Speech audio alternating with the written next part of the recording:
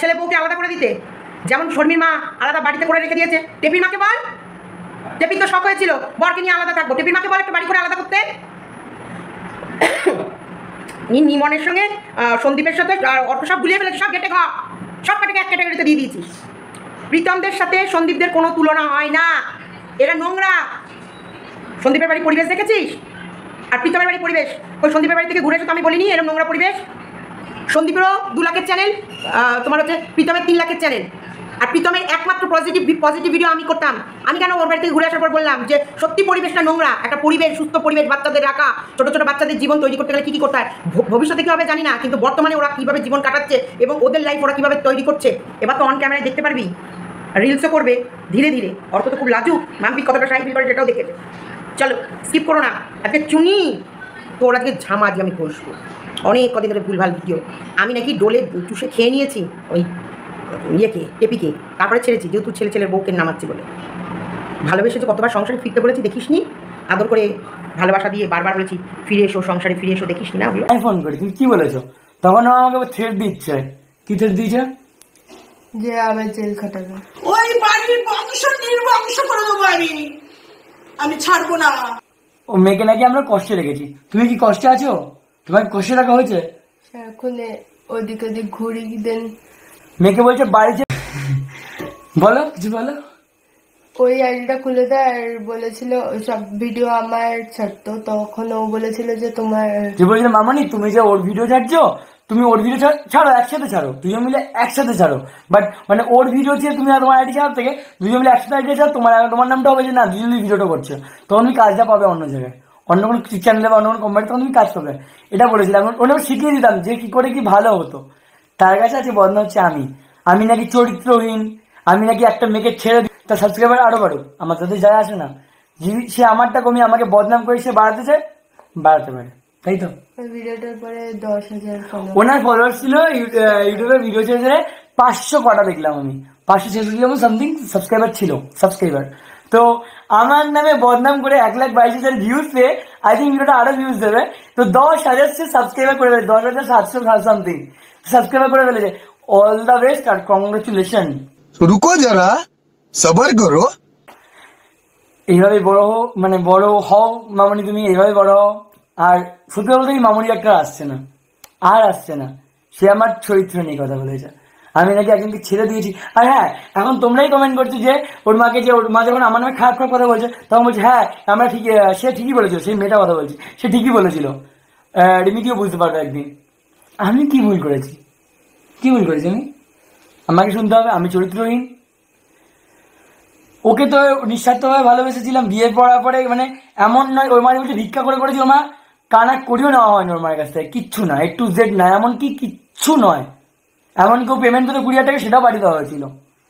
তা জানি না ওর মা কিভাবে বিয়ে দিয়েছে, ওর মায়ের ব্যাপার সে সামথিং ওর ব্যাপার। আর বলো না কত কষ্ট করে মেয়ে দিয়েছে, মেয়ের কষ্টে বিয়ে দিয়েছে, বলো কিভাবে কবে বিয়ে দিয়েছে তোমার মা তোমাকে, কত ঝামেলা পর বিয়ে দিয়েছে বলো। ফার্স্টে ওকে জেল খাটিয়েছে, দেন আমি বাড়িতে, ও 2 দিন পর বাড়ি থেকে চলে আসতো, 2 দিন পর পরই বাড়ি থেকে চলে আসতো। যখন ও চলে আসার পর একবার জেল কাটলাম, আবার তোকে পাঠিয়ে বসে হাত ধরে ওকে দিয়ে আসা হলো, বারবার দিয়ে আসা, যেহেতু চলে আসছে। লাস্ট আমাদের ইচ্ছে ছিল যে 18 বছর হয় যেদিনকে পূর্ণ হবে সেদিনকে আমরা বাড়িতে চলে আসবো। তো যখন ওর মা জানতে পারলো ওর মা বাড়িতে চলে আসবো, সেই সময় বলো যখন বাড়ি ছেড়ে চলে আসবো 18 বছর হলে আমি বলেছিলাম যে 18 বছর হলে আমি চলে আসবো, তো তোমরা যাই করো আমি ওকেই বিয়ে করবো। তখন সবাইকে ডেকে পাড়ার লোকের সাথে, মানে আশেপাশে মামি ওদের সাথে কথাবার্তা বলে দেন তারপরে বিয়েটা এইভাবে হয়। তো ফাইনালি এইভাবে হয়। ওর মা বলছে না বাজনা ছাড়া কিছুই করিনি আমি, এছাড়া বাজনা সবই করেছি। হ্যাঁ, মনটাও কিছু করেনি, বাট বিয়ে দিয়েছে। হ্যাঁ, এটা ভালো লেগেছিল যে মনটা ভরে গেছিল যে এত কিছু করার পর একটা মা এত কিছু একটা ছেলেকে নির্দোষভাবে জেল কাটানো পারলো, এত কিছু পারলো। আমাদের সবাই বলেছে যে একটা নির্দোষ ছেলেকে এভাবে জেল কাটানো পর শাস্তি দেওয়ার পরেও সে ভালো একটা কাজ করেছে। আর যে বাবা শোনাশোনা কি যাকে যাকে শোনাশোনা করছে, তুমি তাকে কি বলো? তার হাজবেন্ড শর্ট ফর্মে টিপি বলে ডাকে। কি বলে ডাকো? টিপি বলে ডাকে। যাকে এত শোনা বলে ডাকছে, সেই মাই এতদিন আমাদের বাড়িতে যখন এসছে বাবার বাড়িতে গেছি হাজার বদনাম করে গেছিল বাবার নামে। আজকে ওই মায় এত এত যা হোক, স্বামী হতেই পারে না, হওয়ার কিছু নেই, তাই তো। বদনাম মানে করেছে আজকে, তারই ভালো বলছে, ঠিকই আছে, কোনো ব্যাপার না। আজকে যে বলছে একজন, আমি নাকি তার নামে দোষ দিচ্ছি, সে বাচ্চা নষ্ট করে চলে গেছে, উল্টোপাল্টা আমার নামে বদনাম দিয়ে যাচ্ছে অনবরত। সে কি করেছে?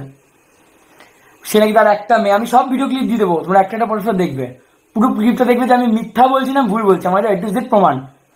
এমনকি তোমার একটা রেকর্ডিং শোনাই আমি, ধরো আমাদের থ্রেড দিয়েছে ফোন করে, দেখো ও মেয়েকে নাকি আমরা কষ্টে রেখেছি। তুমি কি কষ্টে আছো? তোমাকে কষ্টে রাখা হয়েছে? সারাক্ষণ ওদিক ওদিক ঘুরি, দেন তারপর আবার ছুটি থাকলে সানডে করে প্রায় ঘুরতে যাই। ওকে আজকে আমি ভিডিও করার সময় বলেছি, তোমার যদি মনে হয় তাহলে তুমি ভিডিও করবে, না মনে হলে না করবে। আমার যেটা সত্যি আমি সেটা বলতে আসবো আজকে, বলেছি কি না? তোমার ইচ্ছা তুমি চলবে। আজকে তোমার যদি ইচ্ছা আমার নামে বদনাম করে করতে পারবে, আমার কিছু যায় আসে না, কারণ তোমার তুমি যে মনে কথা বলবে। আমার মন, আমি যেটা মানে আমার নিজে শেখাবে, আমি সেটা বানিয়ে নিয়ে বলবো না। আমার নিশ্চয় ম্যাচের বুদ্ধি হয়েছে না, আমি এটা বলতে পারি। সংসার করছে কিভাবে করছে, বাবা মাদের অনেক ত্যাগ দিতে হয়। আর তুই ওই ওই টেপির সাথে ওই রিমি প্রীতমের জুড়াচ্ছিস, তুই সব সম্পর্কগুলোকে কেমন ঘেটে করে দিয়েছিস। দেখ, যেমন প্রীতম রিমির সম্পর্কের সঙ্গে শর্মি আর অর্কর সম্পর্ক জুড়বে না, তেমনি প্রীতম রিমিদের সম্পর্কের সাথে এইদিকে টেপি আর টেপির শ্বশুরবাড়ির লোকের সম্পর্ক জুড়বে। কোথায় টেপির শ্বশুরবাড়ির লোক? একটা ভদ্র সভ্য একটা ফ্যামিলি, একটা গ্রাম্য পরিবেশ, সুস্থ পরিবেশ, এত সুন্দর বাড়িঘর দোর। কী রে এই মাথা মোটা মেয়ে ছেলে, একটা ছেলে, তোর একটা ছেলে মনে হয়, তোর এই একটা ছেলে যখন ছেলের বউ আসবে আর ছেলেকে নিয়ে পালাবে, টের পাবি। আর পিৎজা কেন খেতে পারবে না? এই যে লাইভ করলো, লাইভ করার পর ওরা কি করলো, খিদে পেয়েছে পিৎজা, এখানেও তাই। গাধি কোথাকার, গাধি।